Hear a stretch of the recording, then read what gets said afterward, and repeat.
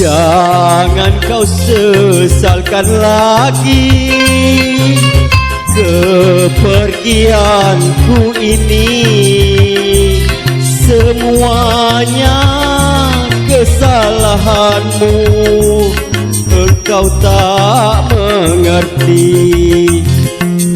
Berulang kali ku katakan, jangan sakiti hatiku, namun seolah engkau sengaja membuat kecewa. Ya, Antika Entertainment.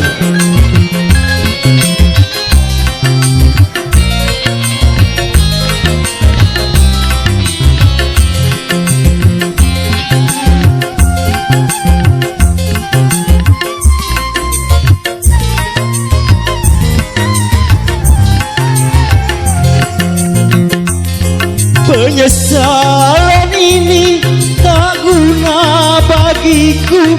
Anggap kita tak pernah bercinta.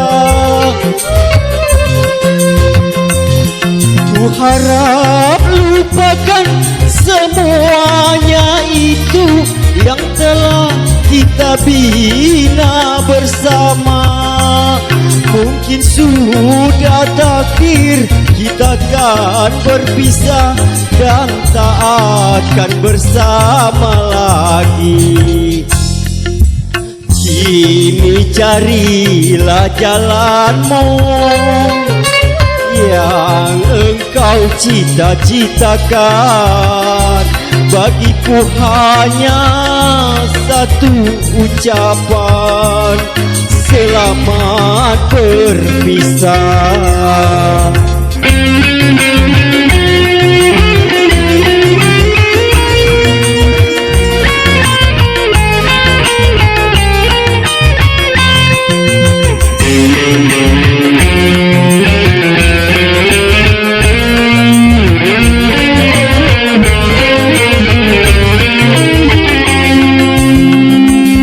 Penyesalan ini tak guna bagiku. Anggap kita tak pernah bercinta. Ku harap lupakan semuanya itu yang telah kita bina bersama. Mungkin sudah takdir kita kan berpisah dan tak akan bersama lagi.